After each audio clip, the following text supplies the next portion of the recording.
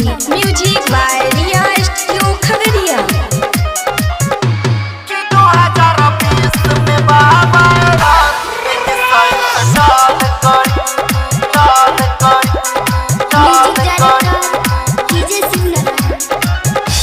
हे छठी देवी मैया सूर्य के पास कॉल करी हे छठी देवी मैया सूर्य के पास कॉल करी कि 2020 में बाबा एक साल करी कि 2020 में बाबा एक साल करी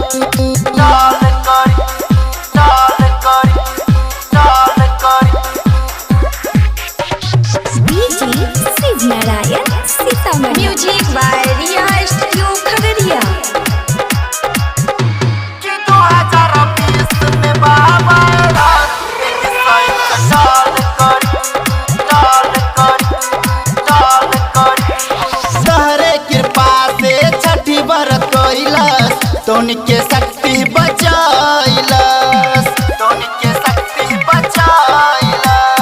तहरे कृपा से छठी बरत कइलस तोनी के शक्ति बचाइलस बिना कसूर के लगवा मिट्टी में मिल ध्यान धरी बिना कसूर के लगवा मिट्टी में मिल ध्यान धरी कि 2020 में बाबा एक साल करी कि 2020 में बाबा एक साल करी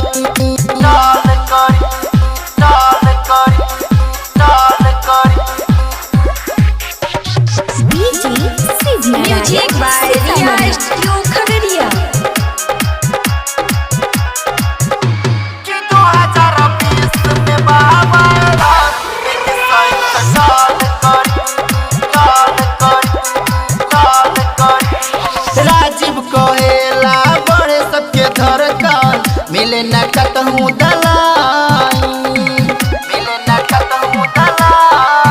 सारा दुनिया में बाई है वायरस के प्रकोप कैसे सृष्टि बच पाई करी तो से विनती मैया कुछहु प्लान करी करी तो से विनती मैया कुछहु प्लान करी कि 2020 में बाबा एक साल करी